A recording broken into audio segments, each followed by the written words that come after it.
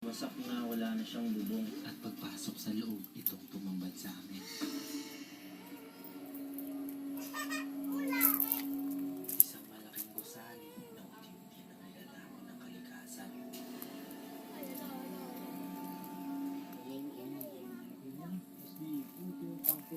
Habang papasok, bigla namin narinig doon.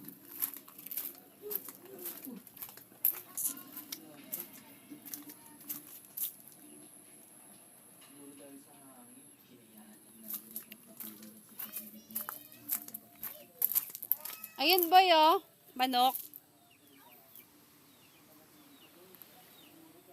Kuha ka kanin, kanin. Kuha ka kanin. Manguhuli tayo ng manok. Dalawa. Wala pa nga eh. Mataba. Hindi, walang kanin. Walang kanin, papunta na sino. Paano tapalaan madako? Ay! Lalagyan- Lalagyan mo yung balde, kuya. Ayun, yung Yung bahog. red. Yan yung pagkain nila. Para makita natin. Dami manok oh. Pipili lang tayo dyan.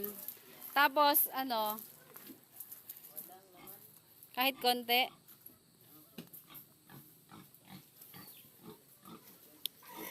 Ayan na. Oo, sige, konti lang, konti lang. Ayan na, ang dami ng manok.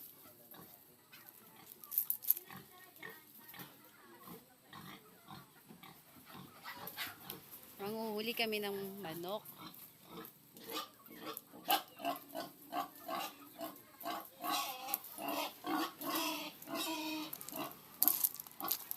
Pili ka ng malaki. Pili ka ng malaki. Alam, may nahulog. Asa na?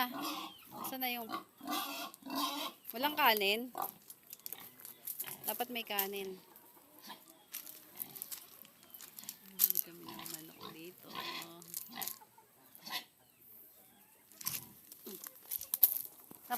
Nandun, punta mo kasi sa center, may kanin doon. Buhatin mo na, balikan mo. Bago dumating sa malaking bahay.